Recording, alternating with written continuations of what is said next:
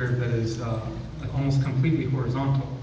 However, if you look at broadband injection, in this scenario, you have two photons with the channel energy of interest already present by definition, and they can perchance promptly arrive out of the cloud without scattering. At the same time, you can have lower energy photons scattering in this way, much like it was in the monoenergetic case.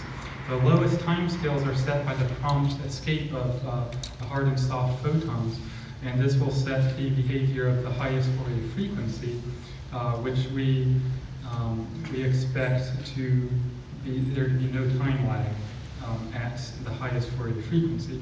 And conversely, we expect a constant time lag at the longest time scales, which corresponds to the shortest frequency.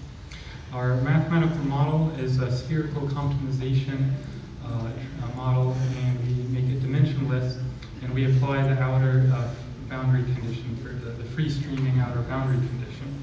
Take the Fourier transform of the transfer equation, and it is as follows.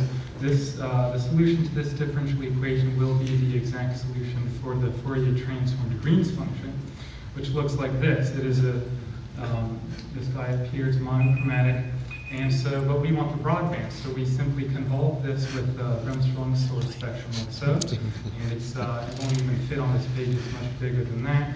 So I'll just take my word for it that we can actually evaluate the Bremsstrahlung photon distribution function at the channel energies of interest, dovetail them directly into the Van der Plas et al. Formalism, and get the corresponding theoretical time lags for this Bremsstrahlung process. We have a fully integrated model with 5 free parameters, and we can show that Comptonization creates both the quiescent X-ray spectrum as well as the time lags. What we do is we tie down the first 2 parameters, tau star, that's the optical depth of the corona, and the temperature, the dimensionless temperature fraction theta. We use these same values carried over into the time lag computation, and we are only able to vary the 3 remaining parameters, tau naught, r, and epsilon abs. So the results are as follows. These are plots taken from Cronin-Becker 2014 APJ letter, which has been submitted. On the top, as you can see, we have a very nice agreement between the data, the SIG-X1, and the model. And down here, you have a summarization of the 3 different scenarios, the first of which, the red curve, being a verification of what Miyamoto did in 1988, where you have a constant time lag with a little dip at the end. And you can see the improvement with Bremsstrahlung injection, where you have a power law at higher frequencies, which turns over to a constant. In conclusion, broadband injection does fit the time lag data better than the monochromatic Miyamoto model, and thermal compensation can explain both the time lags and the quiescent X-ray spectrum.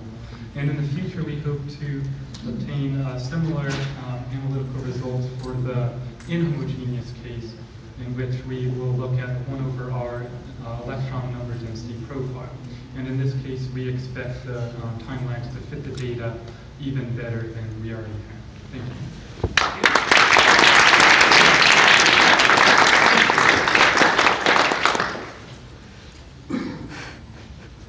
You must have been good. Ask a question.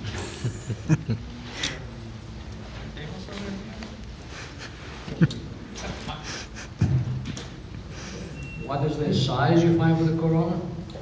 For the black curve I showed you on the bottom, it had the best fit. That was a 30,000 kilometer size radius. 30,000 kilometers. 30,000